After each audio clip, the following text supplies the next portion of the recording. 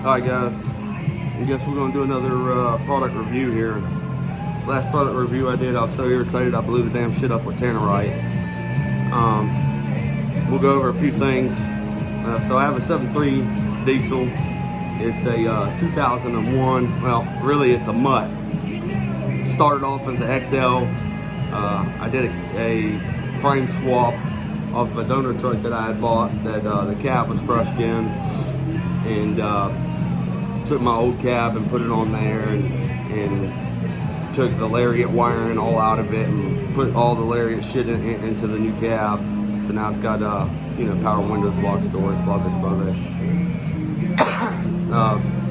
ordered a whole bunch of shit. I'll show you guys that in some other video. But anyways, just trying to show y'all some mishaps that I've been going through with some of these companies. I had the old dipstick tube adapter kit that I had bought through Riff Raff, which I normally really like Riff Raff, but this is one of the products that I bought that I don't recommend you guys going and getting. They had this adapter kit that has a piece of foam on it. You're supposed to RTV it. The factory original has a O-ring around it, and then what happens is that O-ring swells, breaks, whatever, from the oil or whatever, and over time it ends up leaking. Went to go try to get this adapter kit that they sold, and it was like a piece of foam, and you're supposed to RTV shit the back of it and the front of it and tighten it back on there. And don't get the kit. It's just fucking straight trash. Even the nut that goes on the adapter, the threads were burred on it, so I could get it on a little bit and then it would try to jam up on me. I was thinking it was maybe a lock nut, but then it started trying to booger up the threads on my piece, so I went back to the factory nut. That's what I had to do to make sure that I can get it, you know, tight enough to see after I RTV'd everything and let it sit for shell. It's been well over 24 hours now. So anyways, that thing's junk. It leaks. It's garbage. Don't waste your money on it. I see all these other shit that they do, the weld in, and somebody else has got one out there. I just don't like the fact that you gotta drop the old adapter piece into your oil pan. Let me show you guys. So if you do end up going that route, see if I can flip this fucking video, man. What the fuck is going on here? All right, well, let me try to show y'all here. So this is the 7.3 motor. It's another one that I'm working on, that I'm working on rebuilding. It's fucked, so I got to get it re-sleeved. But if you look at this adapter, it goes right here on the side, okay? And what they want you to do is they want you to take it and drop it.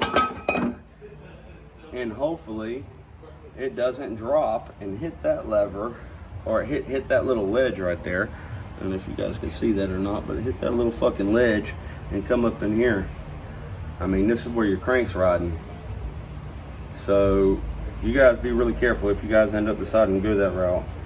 I mean, if it's down there, I could see it as being okay, but I really wouldn't fucking trust that. Not me personally.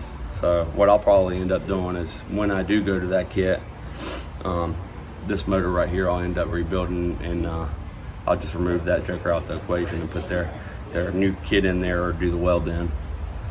So no more issues there. Anyway, so I want to show you guys that, because nobody talks about that in any of their videos. They'll just drop it in there. If your truck's sitting on an angle or slant, or happens to hit that little ledge right there and roll, it ain't gonna be good. So, I mean, you guys, I build motors every day for a living, so if I'm telling you this, I'm telling you this for a reason. So anyways,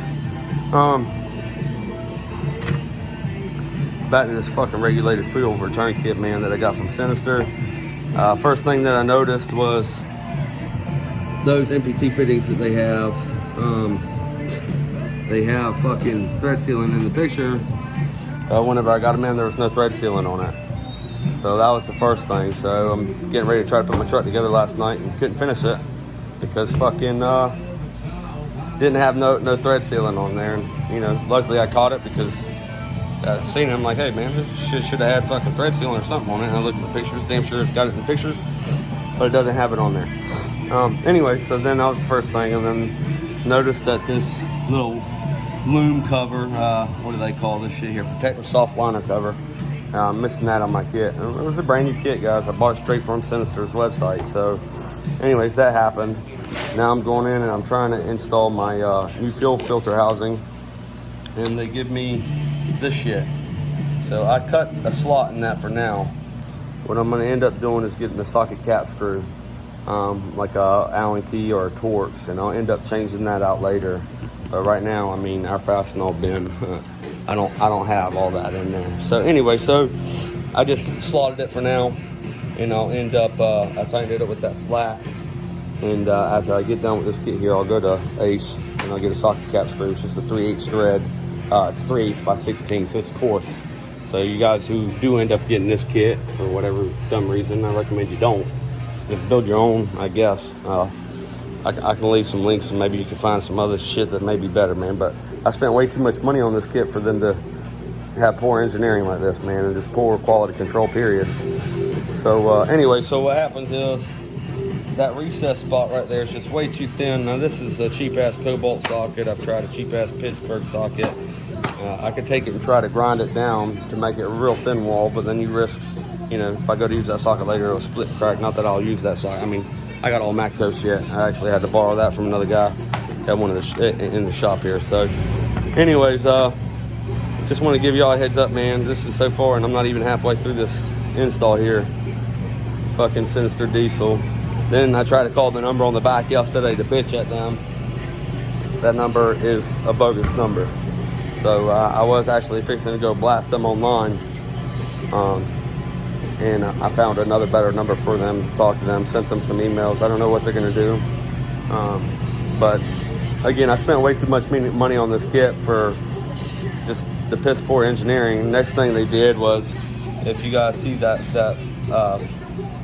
fuel pressure gauge, so it came installed on my regulator instead of being installed with that fitting there. I can go out here and show this to y'all. It came in the box, and the box came nicely packed and everything, but I wouldn't have sent that in there like that. I would have just sent it with a damn plug, and because it was spun a little bit in the box. So now I stuck it in this bag. That's actually a bag left from my fast fuel system, but you see here, they should have just went ahead and put this damn plug in there. I'm hoping this diaphragm in here ain't gonna leak, or gasket. I'm not sure which one it is. Probably a diaphragm. But because now I'm actually quite afraid to put this shit on my truck with the piss poor engineering. So this is the thread sealing I ended up buying here, and let's see if I can show you guys what's going on. So I got everything bagged off because I couldn't finish it last night, so I don't want dust and dirt and everything getting up in there. Kind of got everything pulled out the way. But yeah, so my experiences, guys, hopefully maybe you guys can learn from it. So if you order this kit thinking that you're going to do something and your truck's down because it's leaking, you don't want to drive it like that. Let's see, this is what I did, guys. It's all lariat shit now.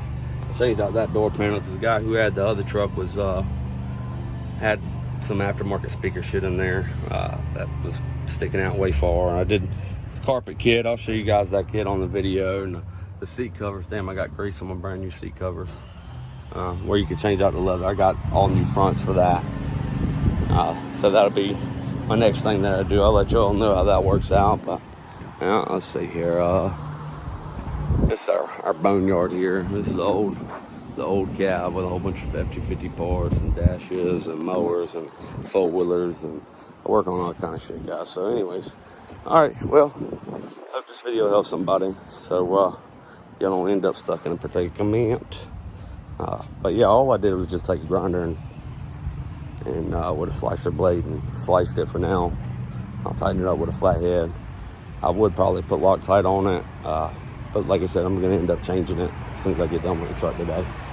All right, guys, hope this video helped. Later.